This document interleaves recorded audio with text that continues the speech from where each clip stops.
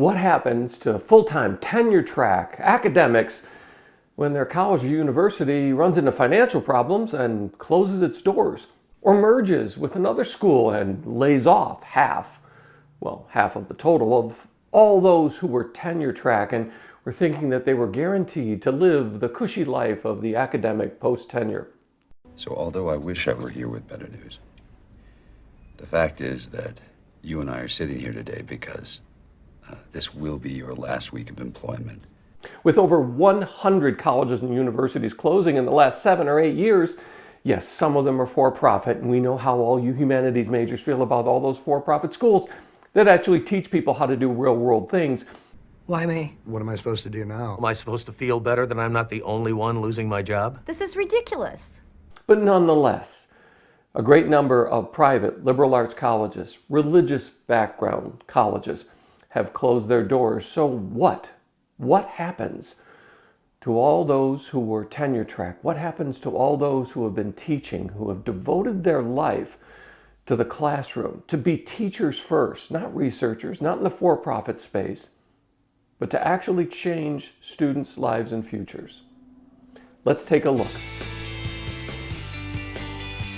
Hi, I'm James Callahan, and this is The Do-Over Show, and I've got 20 plus years teaching in higher education, first as tenure track, and then migrating to the private sector and picking up an adjunct career on the side to make a little money.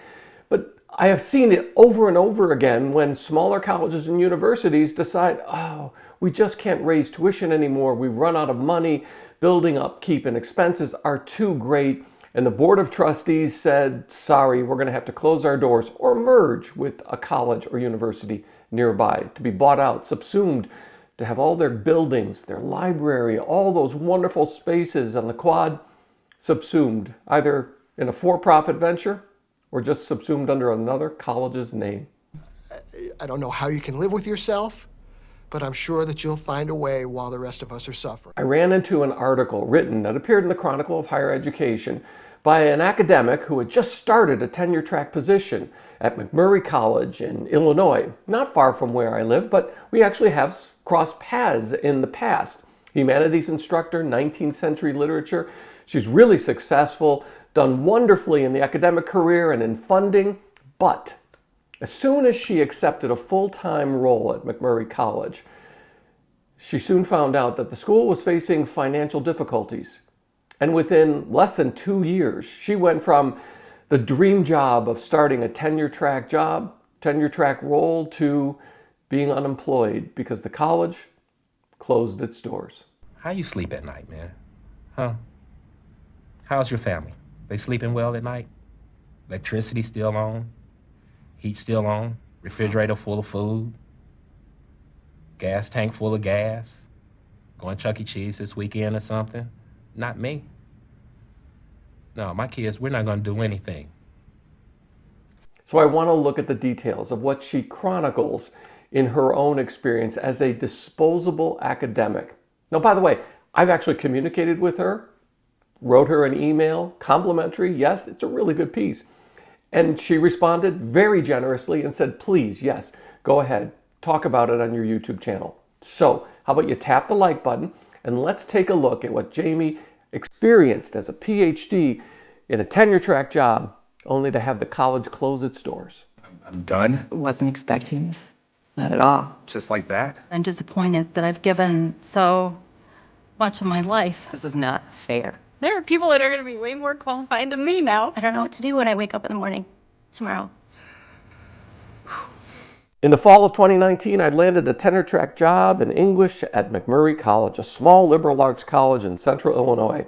After 3 years of being on the job market, I thought I'd won the lottery by securing a job not far from my family in an area with a low cost of living. During my interview, the committee admitted the college had financial troubles, but did not disclose how serious they were. So how do you know when a college that you are going to be hired at or you're interviewing at, how do you know that they're facing financial difficulties?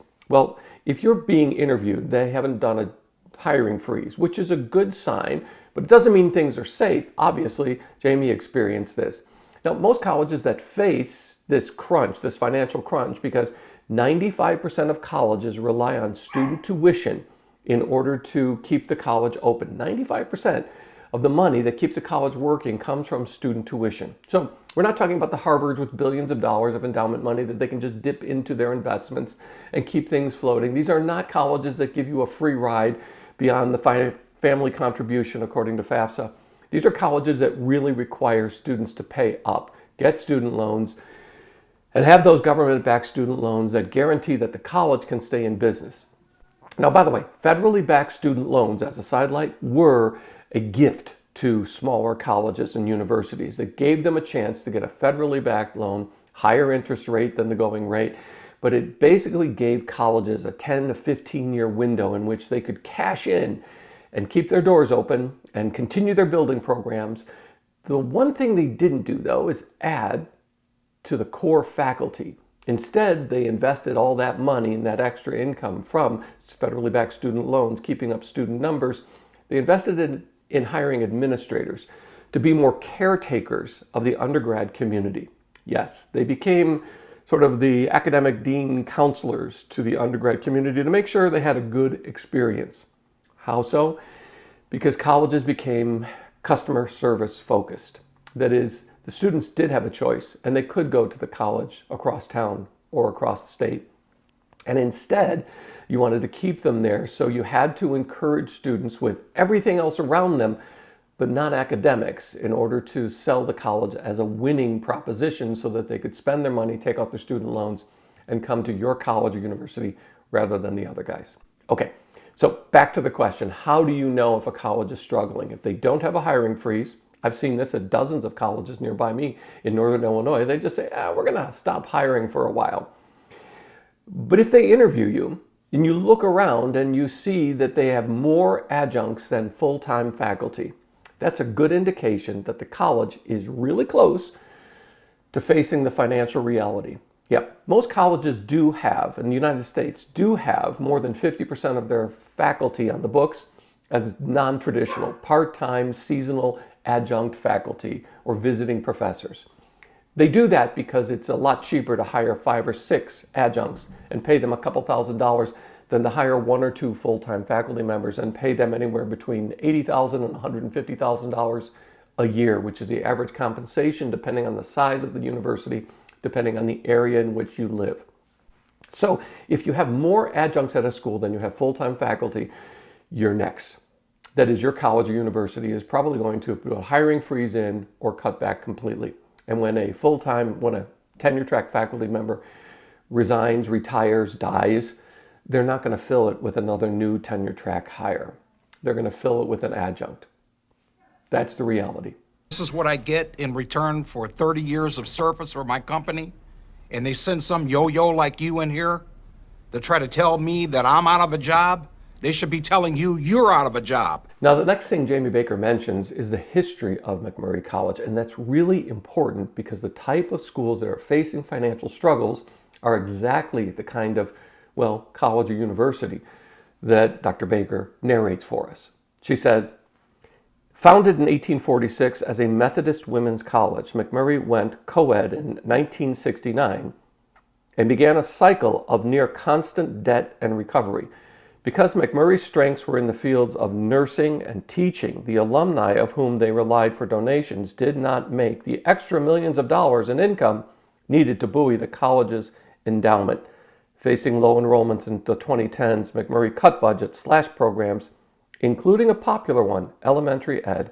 It experienced budget shortfalls each year between 2015 and its closure, information which, had I known, might have dissuaded me from even applying for the job.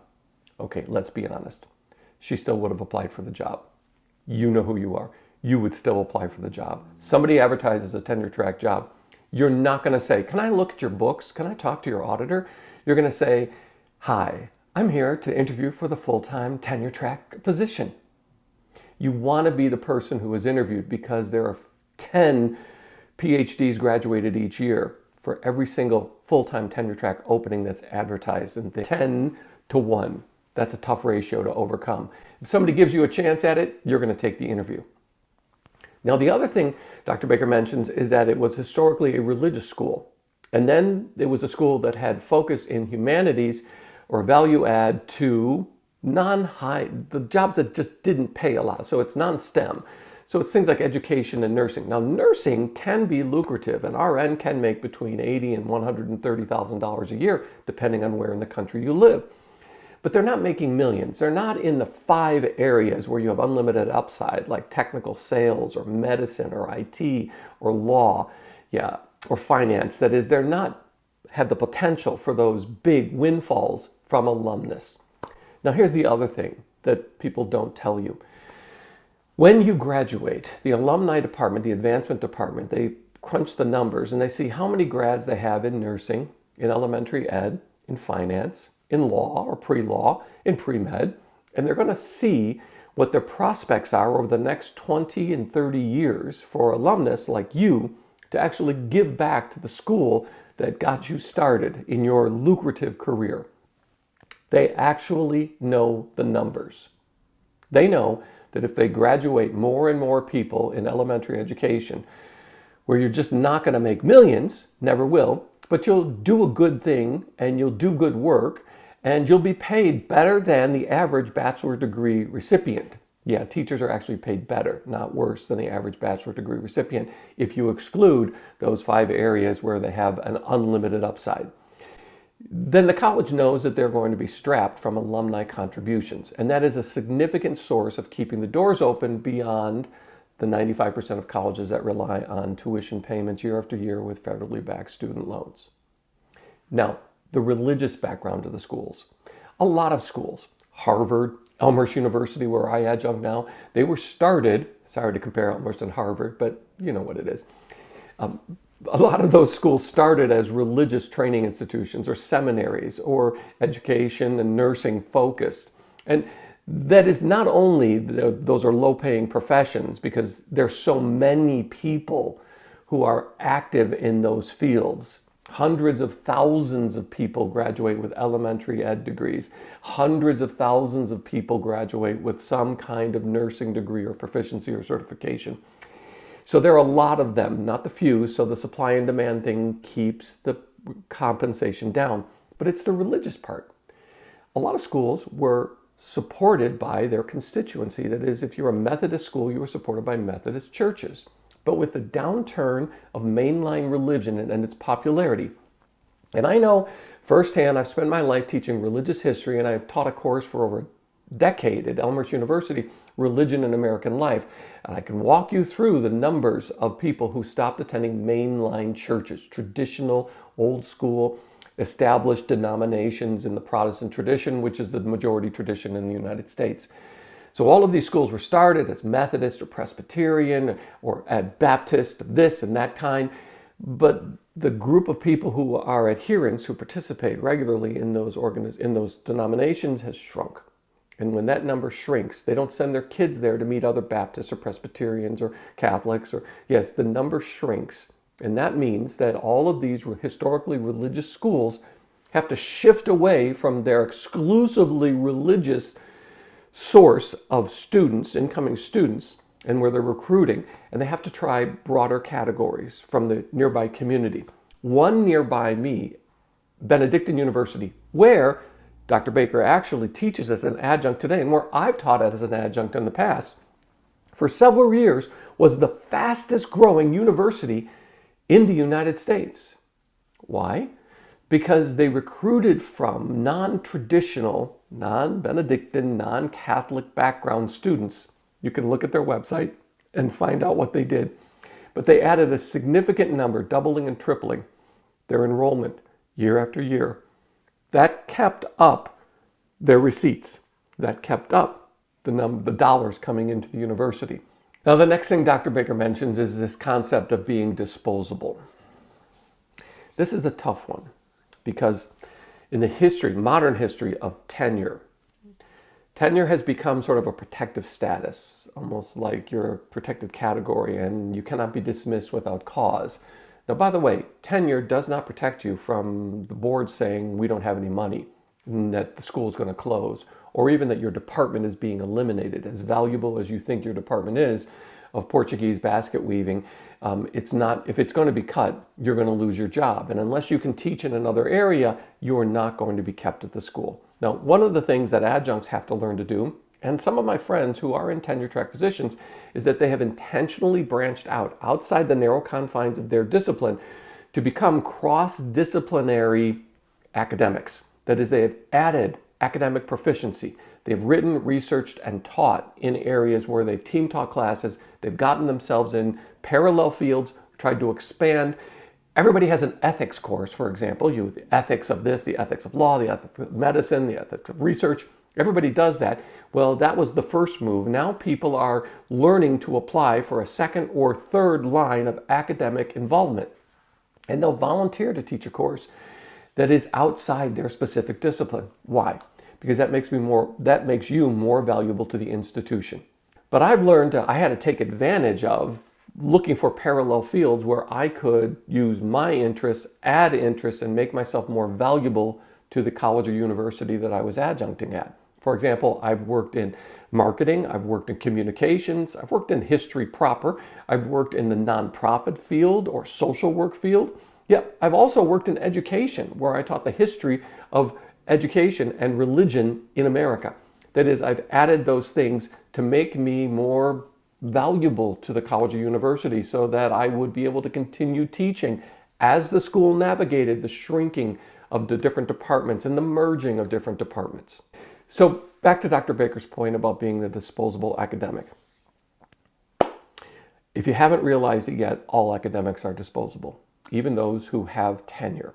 That is, post-tenure review has come in as a wildly popular tool by the trustees and administrators to try to curtail the critical speech that sometimes come from those who think that they can say anything they want because they have tenure, and they get bounced or they get demoted or they get moved off campus or they get a year leave of absence, sometimes with, sometimes without pay.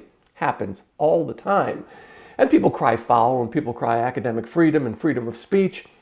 But the college explicitly puts in each person's contract that usually they can't say anything bad about other people at the school, about administrators, definitely not about the trustees. You may be able to complain about the football program, but if the football program is keeping the school open, it's probably wise not to criticize the football program. I know, you have more upstanding morals than that. Well, great, get a job where you are not dependent on pleasing someone else. Become your own boss, become an entrepreneur, run your own college or university. The reason why we work at schools that pay us rather than us generating student interest and classes and recruiting is because we don't want to do that work. We want to let somebody else do that work, build a reputation of the school, and then we come in and we cash in for our little bit here and there, and we get the position of either tenure track or adjunct or visiting professor or multi-year contract. But we're not doing the work of keeping the school open. We're not running maintenance. We're not running the health facility. We're not running the cafeteria. We're not running recruiting. We're not running fundraising and advancement. We're teaching our classes in our course. We are disposable. And if the shrinking number of full-time tenure track people in higher education hasn't taught us this yet, and the addition of adjuncts, it's that we need to own up to this, our rather tenuous relationship with tenure. So what do you do if your school closes? If you're out of a job? If you didn't see it coming? If you just got months rather than years in order to plan, in order to look at the job market? Well, that means either you move from full-time teaching to adjunct teaching, and you can usually get a part-time job. You can look for alternative forms of funding for projects from institutions and grants. But how many of you actually work outside of STEM developing grant money to support academic work? Now, I've done it historically in order to keep myself afloat or to help a school that I was working at keep itself afloat. But if you're not accustomed to that, you're going to have to go to the private sector. And that means you're going to have to look for transferable skills. You've got to think of yourself and your communication skills, your writing and your research, and whatever skills that you have available. Now, if you work in the STEM, if you have an applicable science background, for example, if you are not only teaching electrical engineering or IT or coding, but you can actually perform security functions, IT, you can actually code, there are opportunities where you move from your academic background to a for-profit field. You leave academics behind. You have the alt-ac career, alt-ac, alt-ed, whatever it's called. You have an alternative to it. But transferable skills, if not in your degree, then in your personal skill set that you can demonstrate, will be valuable in today's job market. Now, it used to be that people looked at PhDs and MAs and they said, I can't hire you, you're overqualified. That's no longer the case. Years ago, 20 years ago, when I left higher education, got into the private sector, and I'd apply for another job occasionally and look at other work, they'd say, you're overqualified. No one has said that to me, and I've had 4 different jobs since then, no full-time jobs outside of academia. No one has said that to me since that time. Why? Because there are more and more PhDs who are working in the private sector. So get over yourself, get over the idea that those things are going to keep you, that your degree. I actually have friends who don't list their PhD on their resume. Yeah, they also move from a CV to a resume. But they don't list their PhD because they don't want to be told you're overqualified. So what is the reality today? The reality today is that you use your professional skill set, your capacity, your transferable skills, and you start applying for jobs, and you are the one that sometimes has to be creative. An HR specialist with some traditional background, especially in tech industry, is not going to look at you and say, yeah, I'm going to take a chance at somebody with a PhD in Portuguese pottery.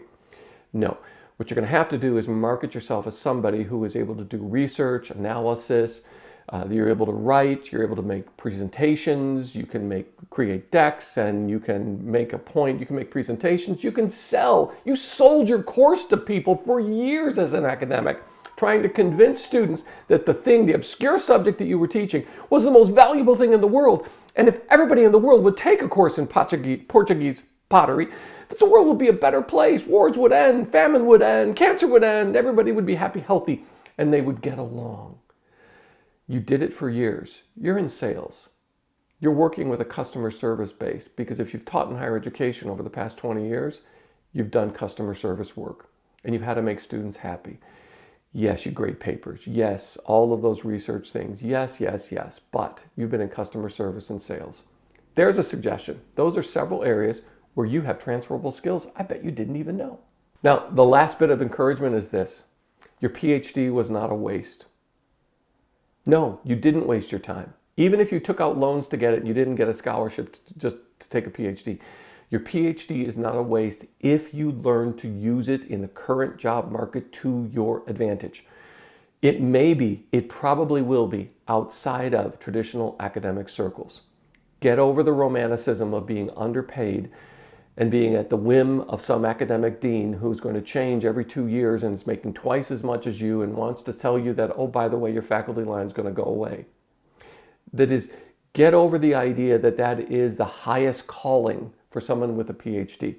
Sometimes a PhD is good because it teaches you the kind of discipline, the kind of application of your personal interests, and it's an accomplishment. Most people who start a PhD program don't finish a PhD program. Most people who start a master's degree program in any field do not finish that master's degree. That means you are succeeding at something. You have succeeded at something. Learn to use it to your advantage. And if you've got ideas that you can add to this, leave them in the comments below because we all need to hear it. Hey, and thanks for being part of the Do Over Show. Please, while you're down there leaving your comments, could you tap the like button because it really does help. And while you're down there doing all that, how about you subscribe? And then ring the notification bell because you don't want to miss the next episode. I'm so glad you found me and I found you. Thanks.